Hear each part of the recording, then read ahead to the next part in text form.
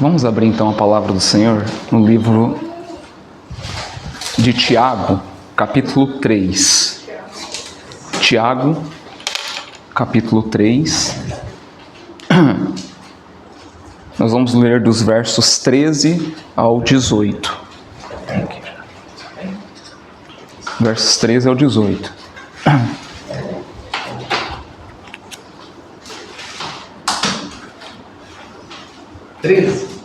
Tiago 3, de 13 a 18. Qual é a nossa sabedoria? Nossa sabedoria é terrena ou ela é celestial?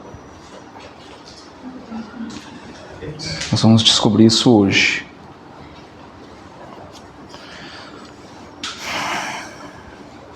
Tiago 3, versos 13 a 18, amém? Eu vou ler, os irmãos acompanham aí. Sabedoria lá do alto. E ele começa com uma pergunta, né? Que interessante. Quem entre vós é sábio e inteligente?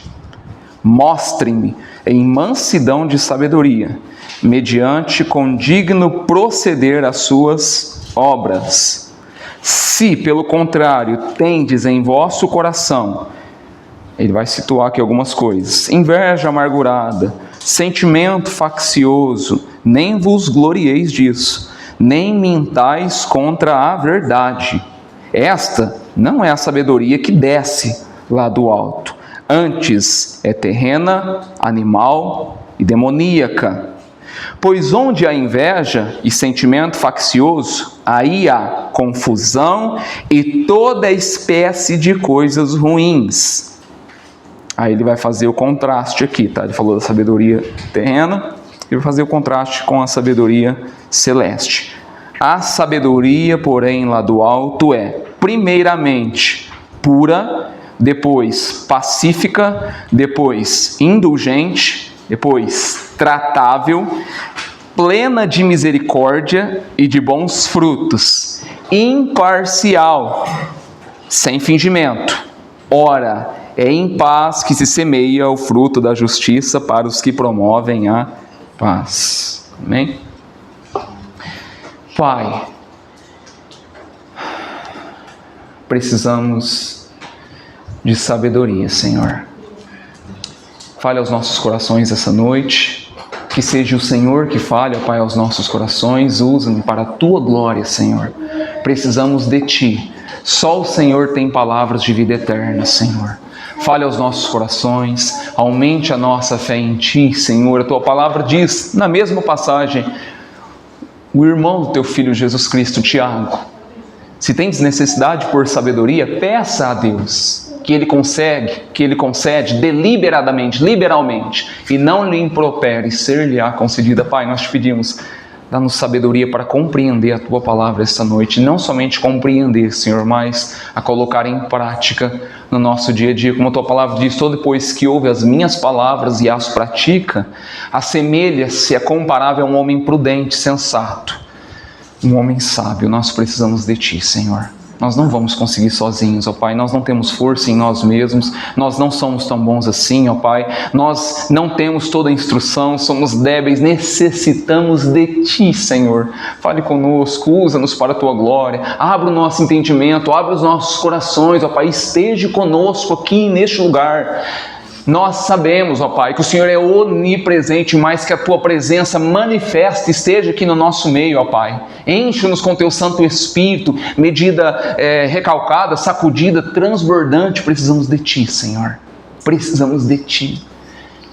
Ajude-nos, aumente a nossa fé em Ti, ao ouvirmos a Tua palavra, como o Senhor mesmo diz, que a fé vem pelo ouvir da palavra, e a fé não vem de nós, é dom de Ti. Ao ouvirmos as Escrituras, ao ouvirmos a Tua palavra, aumente a nossa fé em Ti. São palavras Suas, Senhor. O Senhor prometeu nas Escrituras, e Te pedimos, ao ouvirmos esta noite a Tua palavra, aumente a nossa fé em Ti. Nós Te pedimos, segundo as Escrituras, em nome do Teu Filho Jesus Cristo, nosso Senhor e Salvador.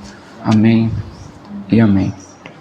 Então, eu vou fazer, como sempre, uma breve introdução e vai ser uma pregação um pouco mais expositiva dessa passagem do livro de Tiago, tá? Esse Tiago aqui, eu já falei até algumas pregações anteriores, não é o Tiago, irmão de João, tá? Eu até falei, acho que faz um bom tempo que eu preguei sobre essa passagem, porque em Atos capítulo 12, verso 2, o Tiago, irmão de João, ele foi morto a fio de espada por Herodes Agripa. Então, esse Tiago que descreve aqui as Escrituras, que também vai até denotar, acho que se não me engano em Gálatas,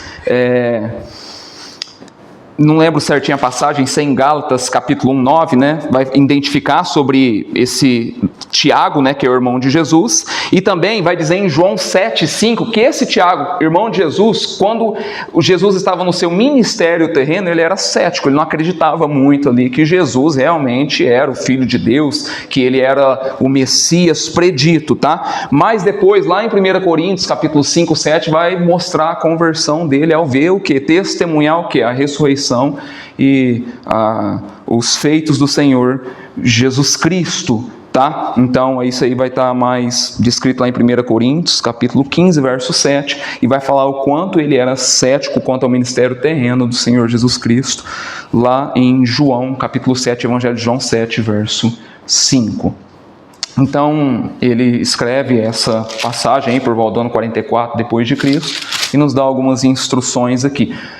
Primeiro, como saber se a nossa sabedoria, o conhecimento que nós temos, ela é celestial, divina, ou se ela é terrena e natural. Mais um pouco isso, eu vou explicar um pouco os versos anteriores que ele vai dizer. Nos versos anteriores dessa passagem do capítulo 3, pouco antes do que lemos aí, o irmão de Jesus, que é Tiago, trata do poder da língua. A língua tem poder de dividir, de dirigir, conduzir, guiar uma pessoa. Tiago faz uma distinção, compara a língua com um freio, com um cabresto de um cavalo, está no verso 3. E ele também compara a língua como um leme, um timão, ao qual um navio é dirigido por um pequeno leme no verso 4 de Tiago capítulo 3. O freio restringe, domina a força de um cavalo, para que essa força seja útil, bem como também o leme dirige, governa um enorme navio para quê? Com qual finalidade? Para que ele não se choque com as rochas submersas. Então Tiago também comparou a língua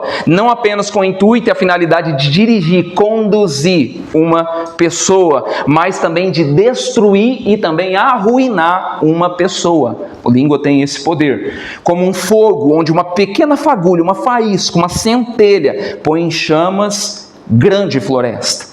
Comparou ela também como um pequeno veneno, onde uma pequena, miúda dose pode ser letal e fatal. Então ele vai falar da importância de nós tomarmos cuidado com a nossa língua. E ele diz que ela é destruidora, indomável, também incoerente, contraditória, sem coesão, afirmando que ela, a língua, tem poder de deleitar como uma fonte a jorrar água límpida, pura, cristalina, que refaz forças, como árvore frutífera que produz frutos doces e sazonados, quando essa língua for domada, controlada. Senão ela pode destruir você e aos que estão ao seu redor, o poder que tem a língua, uma palavra.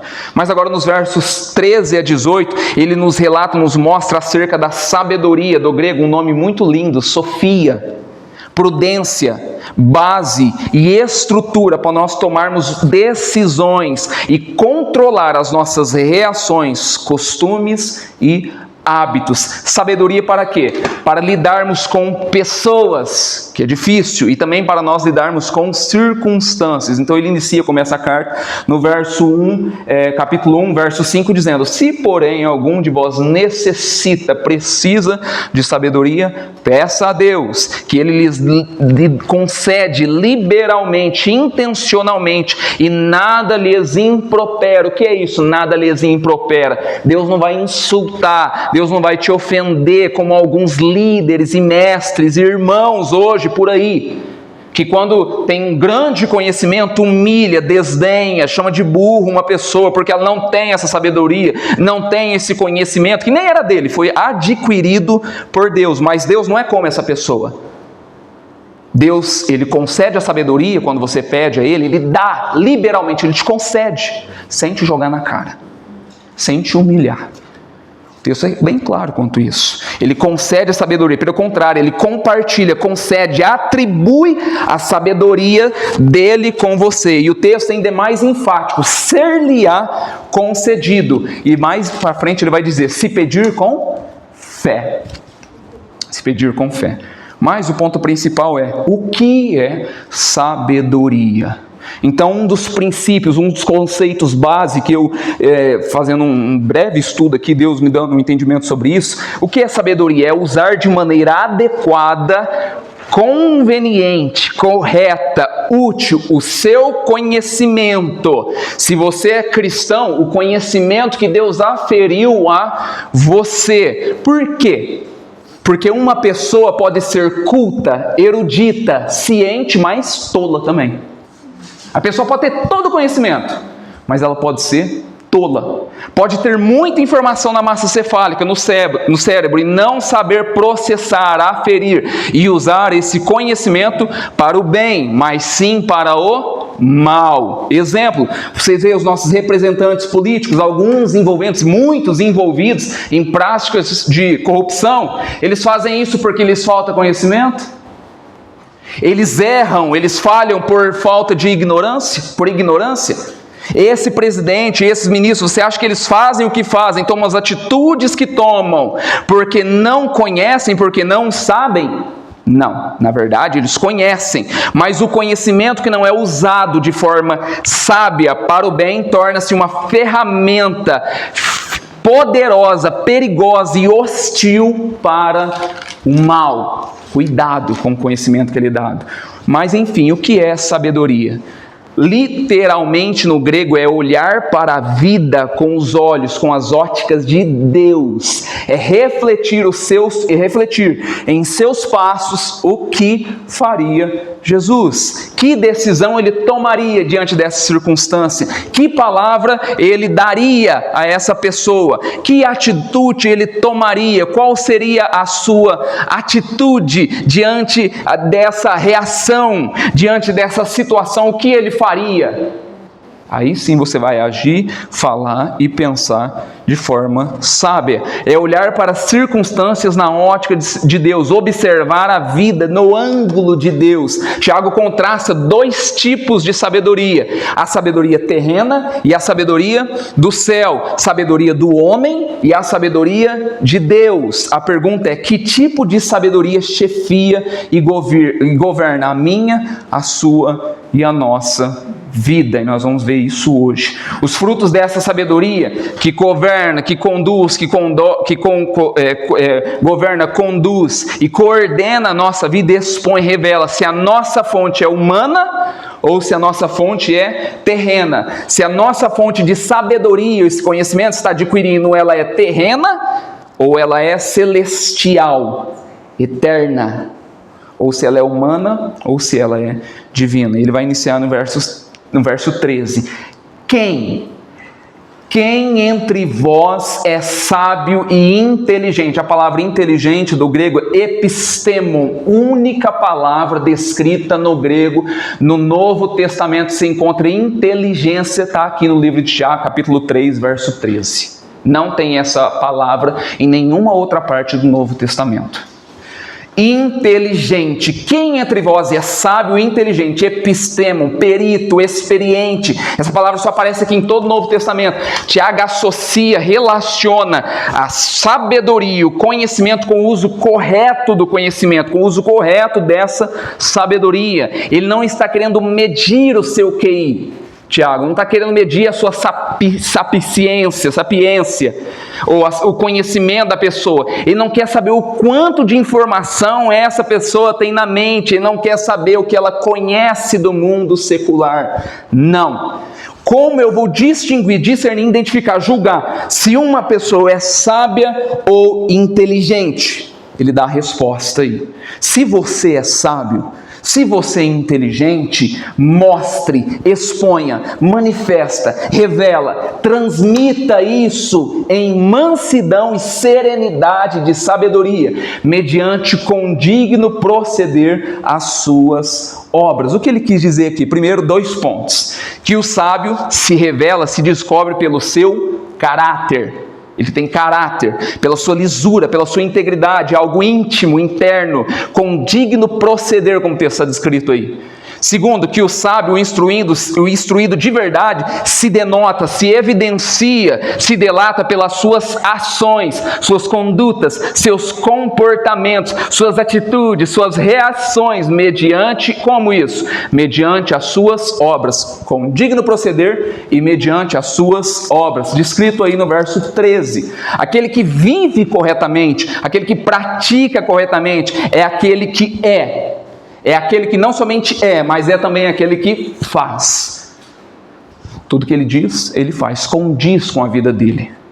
Para entender melhor o que Deus está revelando, expressando aí nessa passagem, olha só, dividindo em 3 pontos. Primeiro, a origem da sabedoria, a matriz dessa sabedoria. Verso 15, se ela é terrena ou se ela é celestial e divina.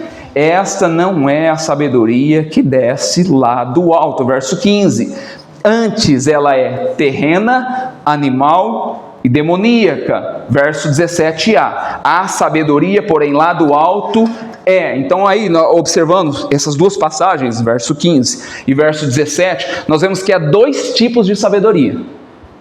Presta atenção. A sabedoria que você acha que é correta, às vezes não é a correta. A sabedoria que o conceito que você tem de coisas certas, talvez não é o conceito de coisas certas. Há 2 tipos de sabedoria. Perceberam que há 2 tipos de sabedoria? Uma terrena e outra que desce lá do alto. Uma natural e outra celestial. É uma régua finíssima. É um campo finíssimo para distinguir isso. Tiago vai dar as diretrizes para nós distinguir se ela é terrena ou se ela é celestial. Como é a sabedoria terrena? Exemplo, Gênesis 12, Abraão, parecendo-se sábio, desce ao Egito em tempo de fome em Canaã.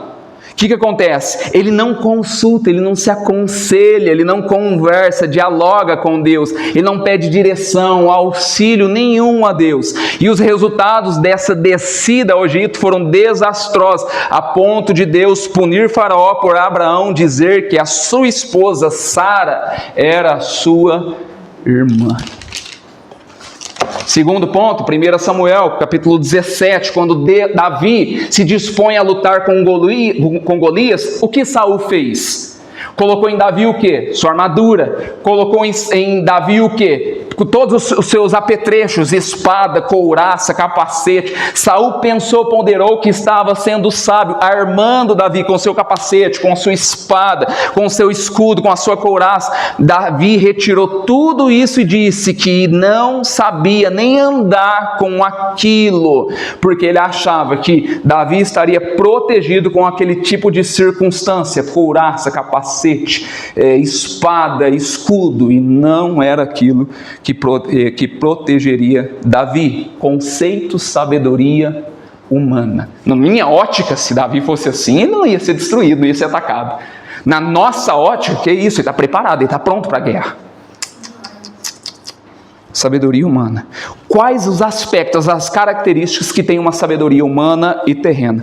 Primeiro, 3 características, Tiago vai destacar aqui, da sabedoria terrena, natural. Verso 15, ela é primeiro terrena, depois animal e depois ela é demoníaca. Primeiro, ela é terrena, plenamente terrena, e eu vou dar alguns pontos aqui para nós entendermos, desde o início do século até hoje, que o que governa, o que guia esse mundo, e como o texto vai dizer, né, o Satanás é o príncipe da potestade do ar que agora atua nos filhos da desobediência, ele que atua no mundo, que essa sabedoria terrena, natural, tem governado o nosso mundo. Primeiro, no século XVII, o racionalismo, René Descartes. Qual que era o primeiro princípio do racionalismo? O que ele defendia? Que a razão, a agudez humana é a principal e mais confiável fonte de conhecimento. Quer dizer, a percepção do homem do que é certo e errado é suficiente para distinguir e direcionar uma humanidade. Racionalismo. René Descartes, qual que era o ponto máximo, a suma do racionalismo? Ele vai escrever uma frase: penso, logo existo. O homem é o centro de todas as coisas, o homem é a medida de todas as coisas. A razão humana é o supremo tribunal de todas as coisas. Século XVIII, na Inglaterra, surge o patrono, o defensor, o comandante do agnosticismo, David Hume, que dizia: quem queimar um livro de teologia presta um serviço à humanidade.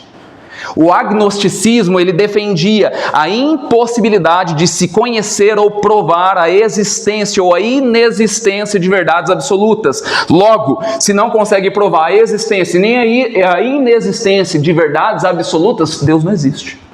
Se eu não consigo provar que Deus existe pela matéria ou fatos comprovados, fatos notórios, logo Deus não existe. Ele foi o patrono do agnosticismo, David Hume, ele defendia isso. E ele vai dizer ainda mais: quem queima um livro de teologia presta um serviço à humanidade. Ele dizia que o atrasado, o tolo, é aquele que crê, que confia na fé, que tem confiança nas suas crenças. Esse é o verdadeiro tolo. Ele vai descrever isso. Século XIX, Auguste Comte, pai do positivismo, dizendo que a falta no mundo é exatamente a educação. O problema do homem é a ignorância. Dê para o homem educação e construiremos um paraíso na terra. Para ele, a ciência é o único meio verdadeiro e capaz de organizar uma sociedade. A ciência, o conhecimento verdadeiro, que ele não vai descrever que esse conhecimento verdadeiro vem de Deus, essa ciência, o conceito base, é a forma de organizar uma sociedade. O pai do positivismo. O que o positivismo defendia? Que dizia que a teologia, as especulações, a metafísica não contribui para o progresso social. Conhecer a Deus não vai contribuir, não vai elevar uma sociedade, não vai fortificar um povo. Século XIX, Charles Darwin, o pai do naturalismo, publica As Origens das Espécies e diz que Deus não precisa mais existir, porque o homem pode explicar a sua própria origem, o universo pode explicar a sua própria origem, independentemente de Deus. O naturalista, ele defendia que a biologia, a zoologia, a botânica, o ecossistema nos dão compreensão exata da nossa origem. E ali surge o ponto crucial que se defende nas universidades hoje em dia, o evolucionismo. Mais para frente, esses homens demoníacos, um deles, o principal aqui, Karl Marx, o pai do socialismo, século XIX, dizia: só existe matéria, não há espaço para crenças. Só existe o que você vê, toca, mas crença, não há espaço para crença. Sabedoria terrena. Todos esses pensadores, todos esses filósofos, todos esses materialistas, humanistas tinham um único intuito, um único propósito: convergir, concentrar sabedoria e o conhecimento no homem. A sabedoria terrena que leva à percepção, à compreensão, a coisas corretas dos fatos. O homem, tudo converge no homem. Se o homem buscar a sabedoria e o conhecimento natural, observar a ecologia, observar a ciência, e somente isso, sem dar espaço para Deus, ele vai saber qual é o caminho que ele deve trilhar. Humanista, ateísta, maligno, naturalista, essas pessoas pensam em si mesmo, no seu próprio coração. Qual é a finalidade? Qual é o resultado de tudo isso? 2 guerras mundiais que aconteceram aí ao longo dos tempos, a deterioração e a degradação e a depravação de toda a nossa sociedade até os dias de hoje. Por último, você vai ver o que esse homem diz: pobre tem que trabalhar, não precisa estudar. É um dos homens mais sábios aí hoje em dia. Absurdo, está na presidência da República. É isso que está acontecendo. Você acha que isso é sabedoria de Deus? Você acha que isso é conhecimento poderoso vindo do alto? A sabedoria humana é loucura para Deus, é loucura. O evangelho, como o texto vai dizer, é loucura para Deus. Agora, a sabedoria humana, o homem que se acha sábio, ele é louco, tolo, estúpido. Então esse é o primeiro princípio, esse é um dos primeiros pontos do conceito sobre sabedoria. Ela é primeiro o texto vai dizer, terrena, natural, converge no homem. O princípio elementar, o ponto crucial, central, se finaliza no homem. Mas Tiago vai um pouquinho mais além. Segundo, essa sabedoria, ela é animal. E Tiago vai dizer isso. O que é a palavra animal? Psuchikos do grego. Psuchikos. Não sei se eu estou falando expondo de forma correta, mas está lá no grego. Psuchikos. Ela é carnal, natural, não tem lugar, espaço para Deus. Ela é terrena, lasciva, material, sensual, grosseira e principalmente hoje, observando a igreja moderna, extremamente secularizada, dividida, que perdeu o seu caráter. Hoje você não sabe discernir e observar se uma pessoa ela realmente tem uma sabedoria que vem do alto ou uma sabedoria dela mesma. Está secularizado. O que eles fazem? Empurram Deus para dentro dos templos, apenas dentro dos templos, e Deus não tem mais a ver com a vida, o cotidiano, o dia a dia, o serviço, a sua casa. Dentro dessa visão, dessa perspectiva animal, como o texto vai dizer no grego, psuchikos, a palavra de Deus não governa essa pessoa, não tem controle sobre ele, não dá palpite sobre ele, não tem vez sobre a vida familiar, não tem vez sobre o casamento dele, não tem vez sobre a vida econômica, sobre a profissão dele, não governa a vida sentimental dele, embora diz que governa aqui dentro da igreja, mas lá fora as atitudes são totalmente diferentes. Deus foi empurrado para dentro do templo. Dentro do templo, parece que acontece vem um vento impetuoso, uma nuvem que cobre aqui, que a pessoa transforma. Lá é um demônio. E aqui dentro da igreja é uma bênção. Então as pessoas fizeram isso, secularizaram. Quer dizer, a sabedoria é aqui dentro, mas lá fora não necessita de sabedoria para lidar com a esposa, não necessita de sabedoria para lidar com o marido, não necessita de sabedoria para lidar com as finanças, para lidar com a sua casa, para lidar com os filhos, não precisa de sabedoria. Mas para a igreja nós precisamos estudar, ler a palavra. Lá em casa não precisa. Então Deus foi empurrado para dentro dos templos. Somente lá, é só lá. Lá Deus pode dar palpite, opinião, sugestão na minha vida. Lá dentro. Agora aqui fora acabou. Aqui fora não. Aqui fora eu ajo, eu falo, eu penso, eu tomo as decisões como eu quero e como me convém. Psíquicos do grego dividido. Animal. O animal, ele não sabe. No momento, ele está manso. No outro momento, ele está feroz. É um animal, realmente mesmo.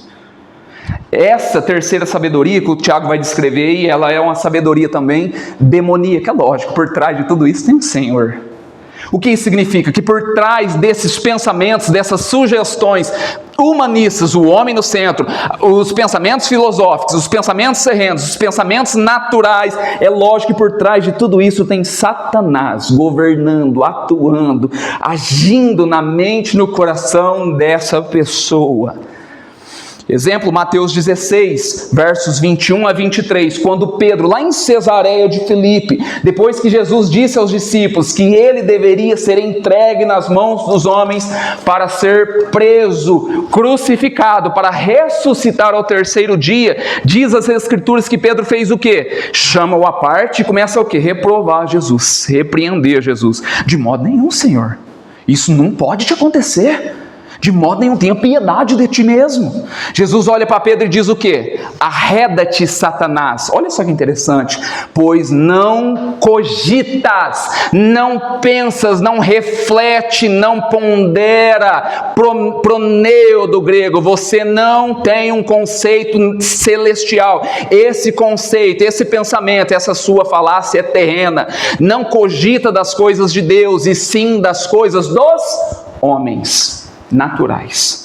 Então a proposta de Pedro, e de forma interessante, era absolutamente humanista, natural, terrena. Jesus não precisa passar para a cruz. Que isso? Tenha piedade de ti. Afastando a cruz, afastando o Calvário, substituindo a redenção, a salvação eterna. Pelo quê? Pelo humanismo, por uma vida plena aqui na terra, por Jesus governar esse local. Jesus chama essa ideia de falácia, argumento satânico, aquela filosofia que está na boca de Pedro e tenta cativar, induzir Jesus a afastar-se da cruz. Era uma sabedoria, um conhecimento, um argumento demoníaco, como a serpente lá no Éden, que muda a verdade de Deus em mentira, que leva, induz, coage o homem a adorar a criatura em lugar do Criador.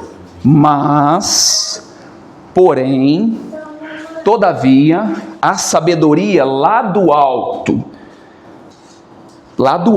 ela vem única e exclusivamente de Deus, é fruto, é resposta de súplicas, de orações humildes, e ela é um dom, é uma dádiva de Deus, e ela está em Cristo e está na palavra de Deus. Por isso Tiago trata da origem da sabedoria. Primeiro, sabedoria natural do homem, humana, terrena.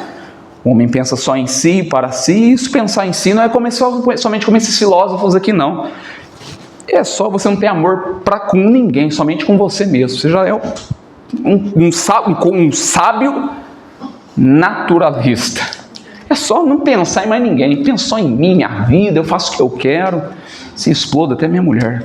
É assim hoje em dia.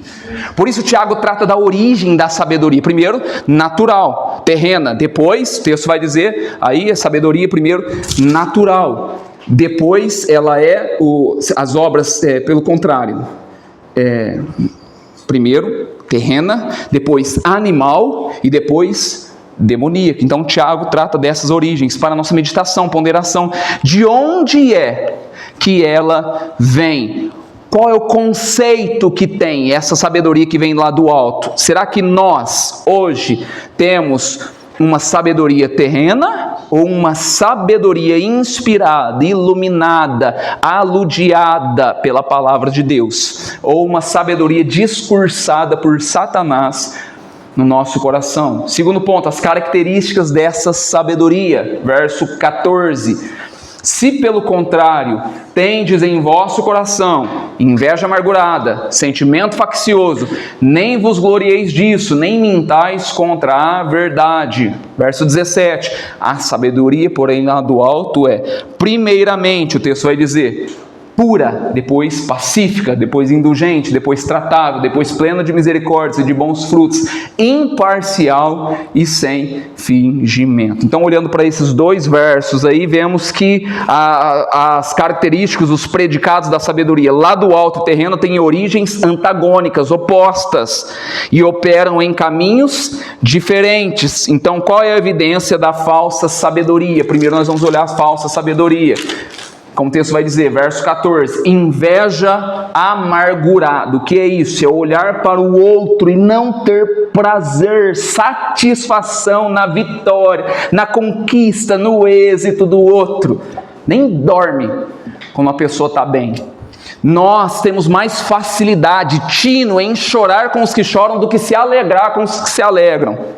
Nosso coração é corrupto, é mau, mas não é somente isso. O texto vai dizer, inveja, não somente a inveja simples, inveja não é somente ter o prazer no sucesso, não ter prazer no sucesso do próximo, mas desejar estar na condição, no lugar, na posição que o outro está, no sucesso do outro.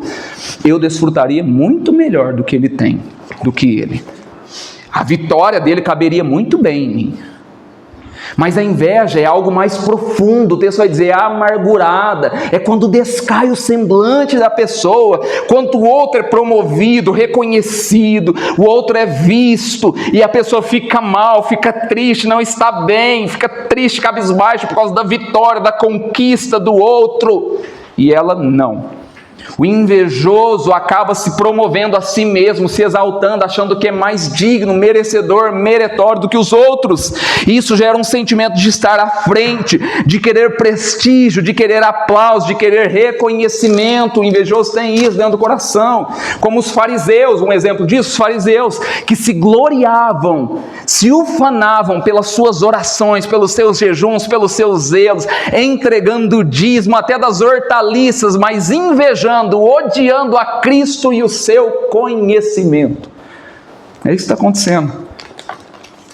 Mas não somente isso, a sabedoria terrena tem um sentimento também faccioso. O que é isso? Aquele sentimento que fere as pessoas, que machuca, que ofende pessoas. A vontade dela tem que prevalecer. A visão dela sobrepuja qualquer outro tipo de conversa. O gosto dela é mais importante. A perspectiva dela sobressai sobre todo tipo de conversa. Não tem como dialogar, vencer essa pessoa numa conversa. É ela que governa, é ela que manda, ela está sempre certa. Olha do próximo de cima para baixo e humilha, despreza só com o olhar. Exemplo, a igreja de Filipos, onde Paulo escreve uma carta aos irmãos relatando os problemas internos daquela igreja por causa de facções. Paulo ressalta no capítulo 2, verso 3, sejam unidos de alma, tenham o mesmo sentimento, nada façam por partidarismo ou vanglória, mas humildemente considerando cada um os outros superiores, mais elevados do que a si mesmo.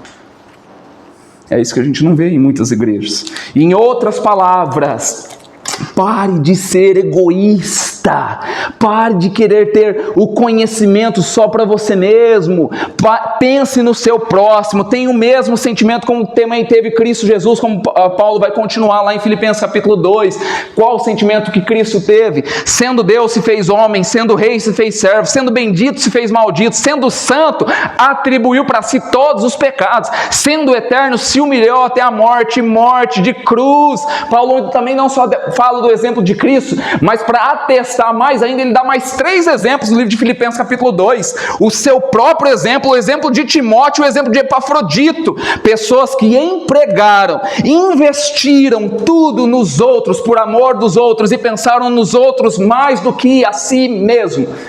Essa sabedoria é a que vem do alto. A terrena não. A terrena só pensa em si mesmo, humilha, despreza, diminui o seu próximo.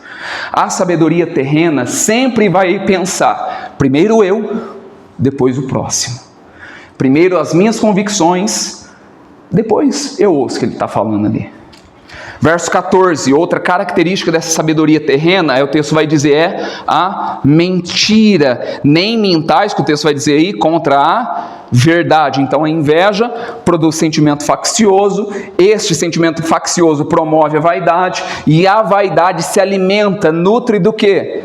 Da mentira. Essa é a sabedoria terrena, que troca a verdade de Deus pela mentira, adorando e servindo as coisas criadas em lugar do Criador, que é bendito para sempre. Romanos 1, 25. Mas qual é a evidência, a faceta da verdadeira sabedoria? A sabedoria que vem lá do alto, a celestial. Tiago mostra aí o resultado para nós. Verso 13. Primeiro resultado, mansidão. O que é ser manso? Eu já falei isso aqui semana passada. Ser manso é ter o poder domesticado. Ser manso é ter o poder de retribuir, mas não retribuir. Ser manso é ter o poder de punir o outro e se abster de punir.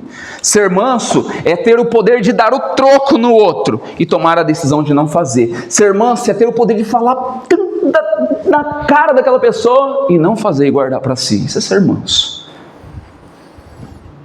A sabedoria que vem do alto, primeiro, o texto vai dizer, ela trata de mansidão. Tem que ter domínio. É simples.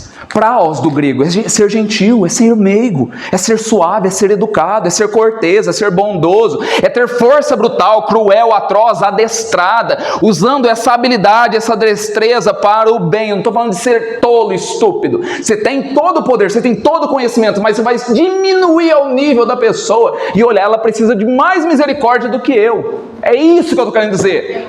Você não vai ser capacho, eu tenho que sempre escutar essa pessoa. Não, diminui a sua soberba, o seu orgulho, diminui ao nível da pessoa e fala com humildade, com mansidão. Isso é ser sábio. E o texto vai dizer, ser sábio, ser gentil, praós do grego, como o texto vai dizer aí, humildade. Cristo foi humilde, ele era rei, ele se humilhou, ensinou os discípulos, tardos de coração, mas ensinava, tinha tempo, dedicava tempo com eles, orou por eles. Pedro, eu orei por você, Satanás pediu permissão para te cirandar, mas eu roguei por você. É ter toda a sua habilidade, usar toda essa destreza, não para o mal, não para ofender, não para destruir, diminuir, acabar com uma pessoa, mas usar isso para o bem. Mateus 7,12, assim como quereis que os homens vos façam, fazei vós também a eles. Você quer que essa pessoa te trata bem?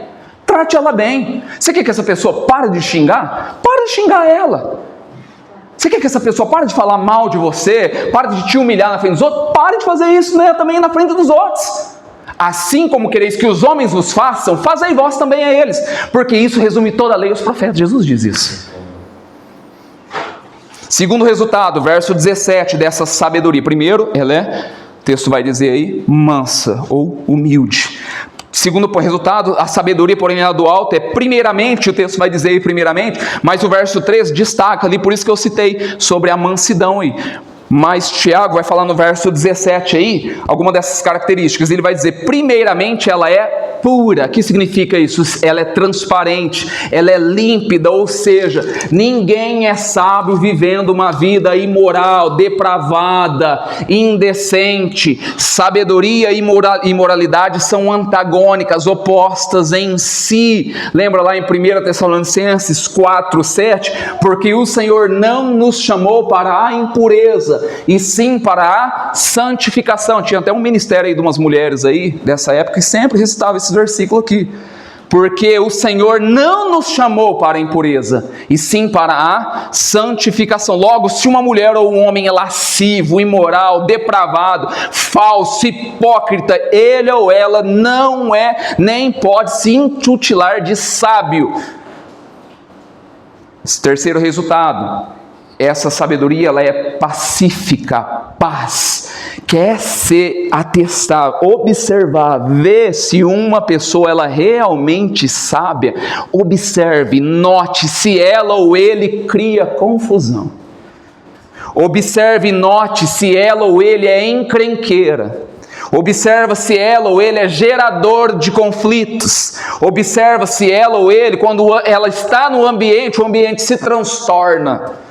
Observa se ela ou ele, se ele ou ela chega, o conflito é a mochila dela, a arruaça começa, o desentendimento prevalece, ou se ela é pacificadora, ou se ela é cordial, ou se ela é conciliadora, ou se ela harmoniza o ambiente. Gente, isso aqui é simples, gente.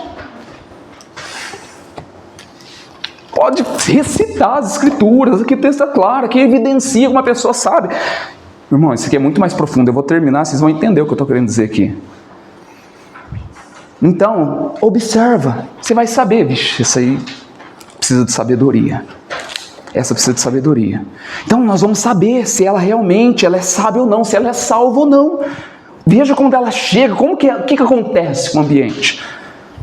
Quarto resultado, ela é indulgente, capacidade, atitude, postura de não criar conflitos, nem comprometer a verdade para manter a paz. É ser gentil, mas também não ser omisso. É ser educado, sim, ser educado, mas sem ofender. É respeitar. Não estou falando de ideologia, quer dizer, eu tenho que respeitar a ideologia, o pensamento dela. Não, se o pensamento dela, o que ela diz nas escrituras é contra a verdade, eu tenho que rebater, refutar, sim, mostrar a verdade, mas isso em amor, ler as escrituras, com paciência, e como o texto vai dizer, é respeitar para ser respeitado. Então, o quarto resultado, ela é indulgente, é ser educado, gentil, não ofender, respeitar, deixando de lado as ideologias, os pensamentos, se deve mostrar o pecado, a falha dessa pessoa, respeitar para ser respeitado. Aqui eu estou falando de não elevar o padrão da conversa. Quinto resultado, uma pessoa sábia, que Foi aferida por Deus uma sabedoria do alto. Você vai observar isso. Quinto resultado, essa sabedoria que ela recebeu de Deus, que não é dela mesma, é de Deus, ela é tratável. O que isso significa? Eupeites do grego. Olha só que interessante. Eupeites do grego tem dois sentidos. Primeiro sentido, disposto. Uma pessoa que é sábia, que recebeu a sabedoria de Deus, primeiro ponto, essa pessoa, eupeites do grego, é disposto a ceder quando ela está errada.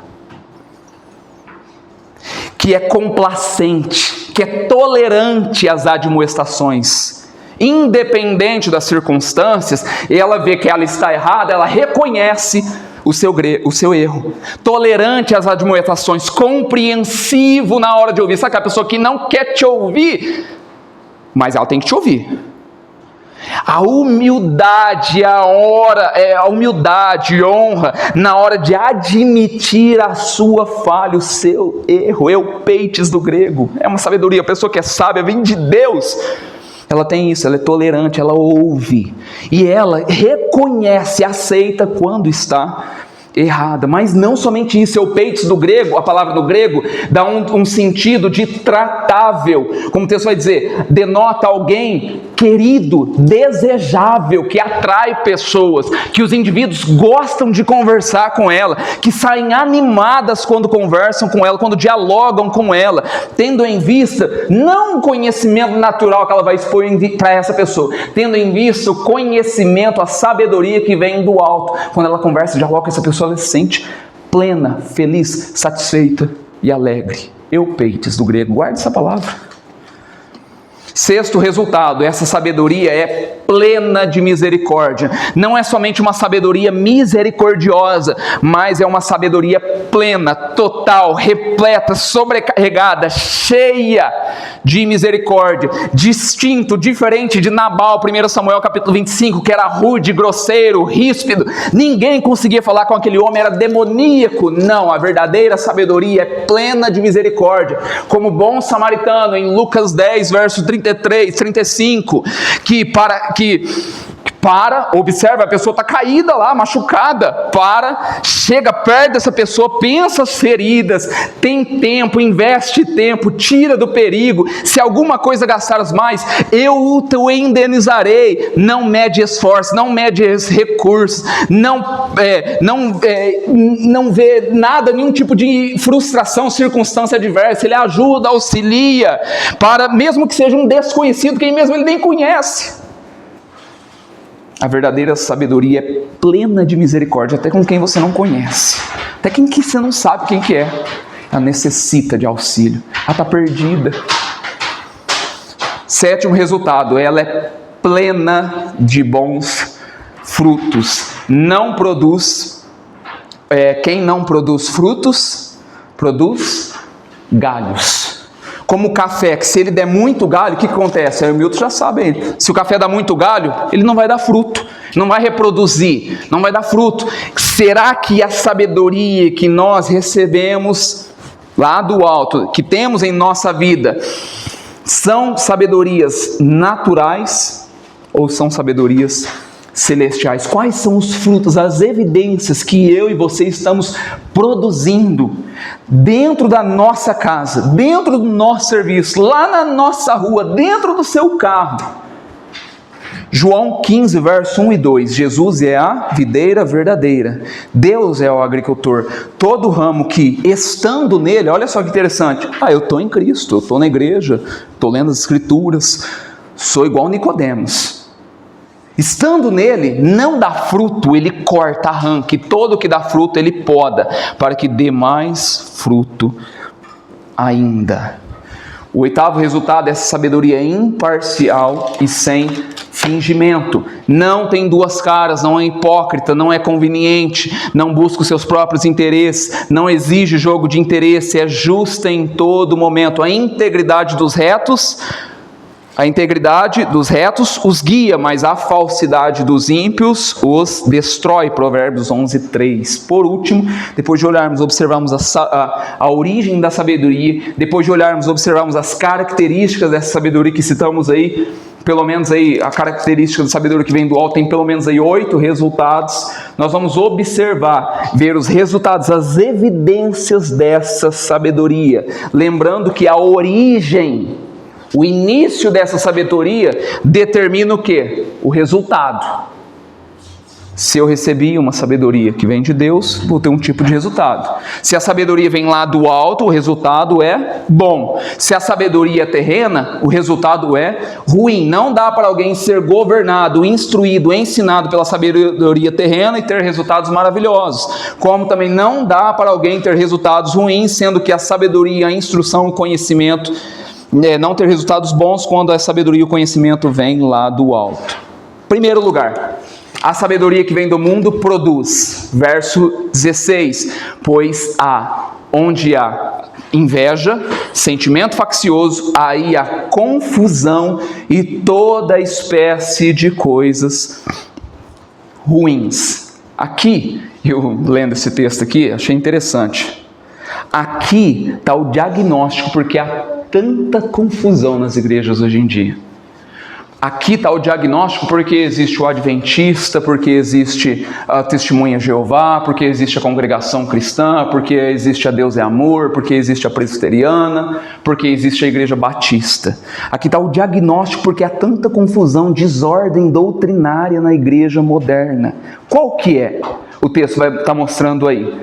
Imposição de sabedoria humana dentro da igreja e não celestial. Está aí a resposta. O texto vai dizer, onde há inveja e sentimento faccioso, por que tem inveja e sentimento faccioso? Porque a sabedoria é terrena. Aí há o que? Aí há confusão, e Paulo não determina, não é específico que tipo de confusão é essa. Seja ela doutrinária, seja ela moral, seja ela interna, seja ela no seu serviço, seja na sua casa, todo tipo de confusão e toda espécie de coisas ruins. Tiago nem nomeia que tipo de coisas ruins são essas, pois são diversas, são inúmeras. Sabedoria terrena, supita, cresce, floresce, e ela traz todo tipo de coisa ruim para dentro da igreja, para dentro da casa, para a sua vida. Amargura, inveja, ódio, rancor, ressentimento, briga, confusão, falta de perdão, tristeza, egoísmo, vaidade, soberba, presunção, altivez e tudo que é de ruim, tudo que é de ruim se inclui aqui nesse texto. E isso é resultado, fruto de uma pessoa que busca uma sabedoria, um conhecimento, um conceito terreno e natural. Não consegue sair da vaidade, não consegue sair da soberba, não tem controle sobre os seus temperamentos, é amargurada, não está bem. Precisa de viagens, precisa de outros meios para satisfazer e alegrar a sua alma. Não vai ser satisfeito, e a sabedoria, o conceito que ela está buscando, que está dentro do coração dela, é terreno, é natural. Mas a sabedoria de Deus, o que ela produz? Verso 18. Ora, é em paz que se semeia o fruto da justiça para os que promovem a paz. Verso 13. A sabedoria de Deus produz, primeiro, vida reta. Mostre em mansidão de sabedoria, mediante com digno proceder, uma pessoa sábia é conhecida pela sua vida irrepreensível e pela sua conduta santa. Segundo, obras dignas de Deus. Mostre em mansidão de sabedoria, mediante com digno proceder, as suas obras. Quem é sábio não apenas fala, quem é sábio faz. Terceiro, pronto, frutos da justiça. A vida cristã é uma semeadura, uma colheita. Nós colhemos o que semeamos. O sábio semeia justiça e não pecado. O sábio, essa sabedoria que vem do alto, semeia paz e não guerra, semeia amor e não ódio. Essa é a verdadeira sabedoria que vem de Deus. Você que veio aqui hoje, ou está aqui num grupo, e pensa, será que eu estou num grupo, será que eu estou no outro? Não tem como estar em 2 grupos ao mesmo tempo. Qual é a sabedoria que governa a sua vida? Qual é a origem dessa sabedoria? Ela é celestial, ela é terrena, ela é divina, ela é humana, ela é animal, ela é espiritual? Quais resultados ela tem produzido na tua vida? Pergunta para tua mulher, pergunta para o seu esposo. Amor, mostra, o que está acontecendo com a minha vida? Fala para mim. Seu esposo é uma só carne com você. Ela é ajudadora. Amor, mostra para mim o que eu preciso melhorar. Da mesma forma, a esposa tem que perguntar ao marido, amor, o que eu preciso? Já viu isso? Seu casamento maduro. Amor, o que eu preciso melhorar? Eu não preciso melhorar, já começa, a sabedoria já é terrena. Eu não preciso melhorar nada. Você acha que eu preciso melhorar isso? Eu acho que não. Então aí já começa, soberba, altivez. Não, o texto disse aqui. Então, quais os frutos, quais resultados ela produz? É doce, é amargo? O texto vai dizer, se alguém falta de sabedoria, peça a Deus que Ele dá liberalmente. A nossa sabedoria é muito maior, muito mais elevada do que um conceito, um preceito, uma essência. É muito mais que um montante de conhecimento, sapiência, elucidação, instrução. Isso é muito profundo. A nossa sabedoria é uma pessoa, é Jesus Cristo. Não é de sabedoria que você precisa, é de Jesus Cristo.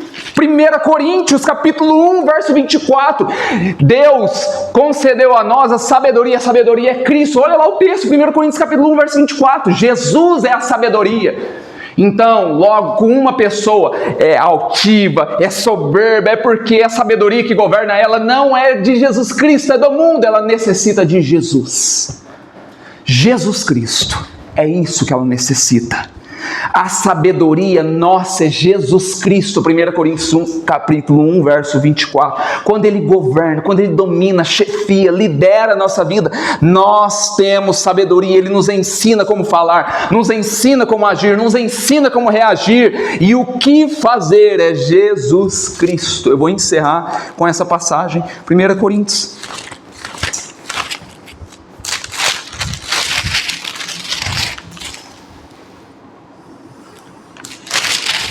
Capítulo 1, verso 24. Verso 21, visto como na sabedoria de Deus o mundo não o conheceu por sua própria sabedoria, aprove a Deus salvar os que creem pela loucura da pregação, porque tanto os judeus pedem os sinais, como os gregos buscam sabedoria. Quantas pessoas têm feito isso? Mas nós pregamos a Cristo crucificado, escândalo para os judeus, loucura para os gentios, mas para os que foram chamados, tanto judeus como gregos, pregamos a Cristo. Quem que é Cristo? Poder de Deus e sabedoria de Deus. Para que nós venhamos a ter todos esses requisitos aqui, esses 8 requisitos de uma sabedoria celeste, nós precisamos de Jesus Cristo. Peça ao Pai.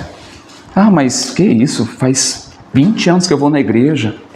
Talvez você ainda não é convertido.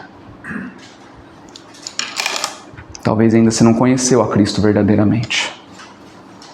E eu posso atestar isso com fé, com verdade. Nicodemos mesmo, mestre da lei, tinha todo o conhecimento, toda a sabedoria. Só o seu conhecimento natural não vai te salvar. Nós precisamos conhecer verdadeiramente a Cristo e pedir a Deus que nos encha com essa sabedoria do alto. Amém? Vamos orar.